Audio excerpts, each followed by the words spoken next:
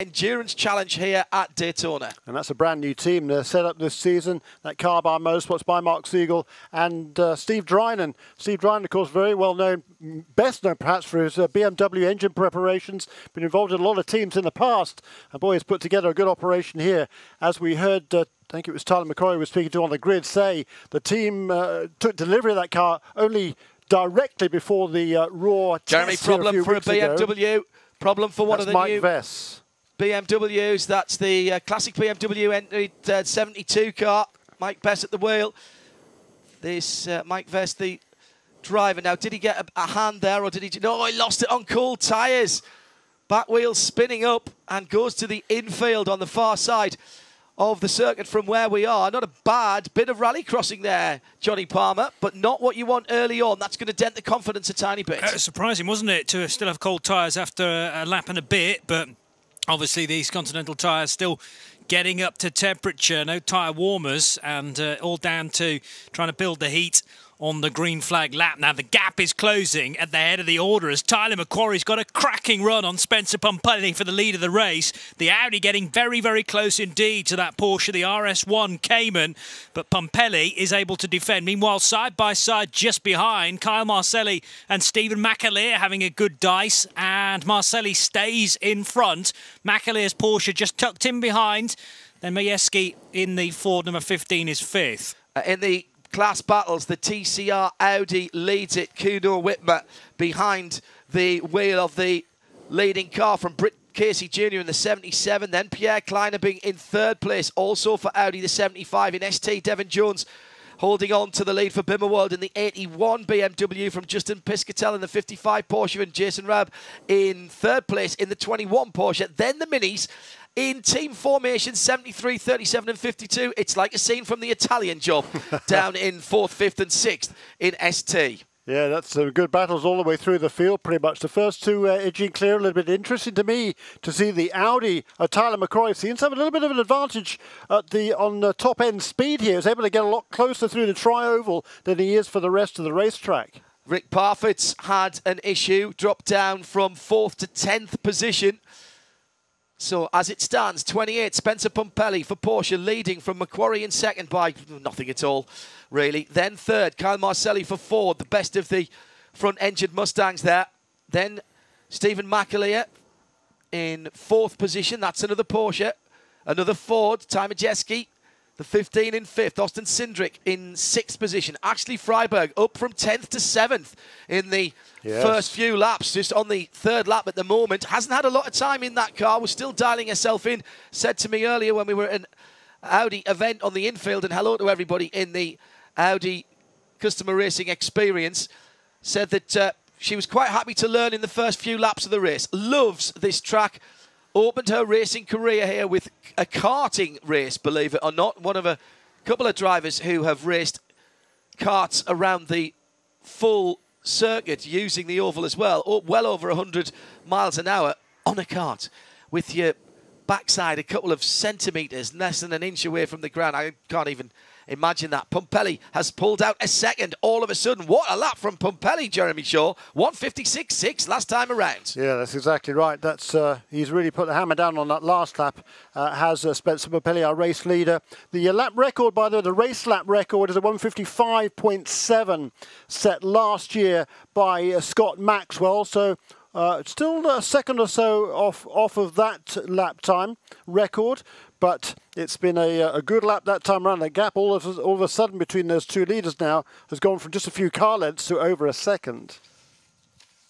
So really good times here from Spencer Pumpelly, despite the pressure from Tyler McQuarrie in that Audi R8, which gets very close towards the end of the lap. The Audi looks strong through the higher gears, and obviously helped by the Porsche and the hole that it's punching in the air. The gap's come down very slightly at the start of this sector, but it's purple times all the time for Spencer. Stephen McAleer having made the move on Kyle Marcelli. Marcelli is now trying to bridge that gap a little bit then between the number 60 Mustang and the Audi R8 in second place. Ashley Freiberg started, I think it was 10th, wasn't it? Up to 6th now, ahead of Austin Cindric.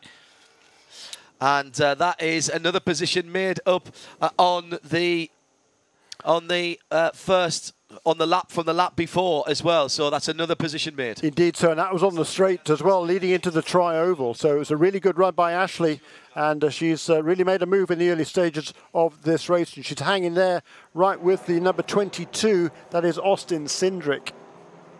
And we can have a word now with Ashley's co-driver as Andrew is down at the 50 Audi pits. Yeah, all the way from Poland goes to Radesk. Now, Ashley's done a tremendous start here. Yes, that's true. The start is very good, very fast, very quick. I hope she will keep it up the speed because, yeah, speed is there. Now just a bit of luck, consistency, and we will be well. What about this Daytona track, Garcia? It's unbelievable. It's first time for me in America and first time here at Daytona. So I really didn't know what to expect from the banking, so it made really great impression on me. And hold the infield as well. There are some tricky parts that you need to get familiar, do some laps, but yeah, I enjoy the track so far. Where have you been racing before?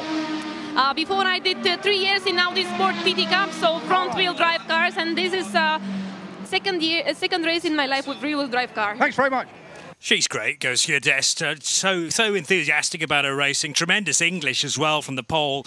And her and Ashley Freiberg, a strong duo in this race. Freiberg, as we say, up to 6th, actually dropped to 7th again now because a splendid battle, Jeremy, between her and Austin Cindric. Yeah, that's right. Cindric able to get past on that last lap, but nothing to choose between those two. The guy was on the charge on the last lap, though, with Stephen McAleer in 3rd place. He's closed right in on Tyler McQuarrie and just set a new fastest lap of the race last time around. Did Stephen McAleer in car number 5 in 3rd position. And he's closing down the leading pair, who are separated by almost 2 seconds. Still Kuno Whitmer in the 74 TCR Audi, who leads that category. New for this year, and the Compass, one of a trio of Compass Racing RS3 TCR cars. Now, they are the cars with the boot. These are built, all of the TCR cars are built by the factories. They have factory sport chassis numbers. It's on the roll cage. It's also on the engine. It is literally a matching numbers car. It's going back to the old school, side by side into the first corner.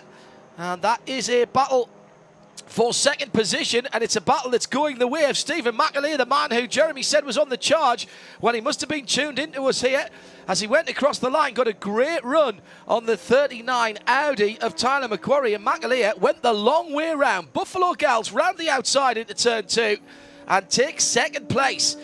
So now Stephen McAleer has got a couple of seconds deficit to the leader as he sets off in hot pursuit of Spencer Pumpelly. Battles all the way through the top 10 and beyond. Aurora Strauss in the Aston Martin with Alan Brynjolfsson having a scrap there. And also in that mix, the 57, Indy Johnshi. He will not be happy at being that far back down the field. 19th position for Johnshi, a very quick driver indeed. Damien Faulkner's a couple of places further up.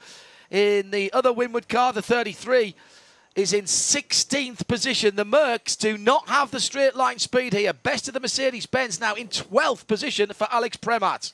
Yeah, and lapping the better part of 2 seconds, well, a second and a half off the pace set at the front of the field. But last time around, as on the previous lap, it was Stephen McAleer who set the fastest, a new fastest lap of the race by a few thousandths of a second, 156.320 last time for the 3rd place car. But Spencer Pumpelly is, well, he's now second now. Place yeah, car. second now. Spencer Pumpelly is responding. He's clearly had a phone call from the team that says, it's not Tyler McQuarrie behind you anymore. It's Stephen McAleer, and he's gaining on you. And Spencer Pumpelly, as all good racing drivers can do, has heard that siren call and has stepped up the pace. Leader in TCR is still the Audi. Looking absolutely fantastic, these Audi TCR cars. The 74 machine coming through. Kuno Whitmer sharing with Rodrigo Sales for the Compass Racing team, the FAF Automotive and Aero Paint Technology car. This is a set of sponsors and a team that we've been very used to seeing, but their first time running this car. Carl Thompson, the man behind Compass.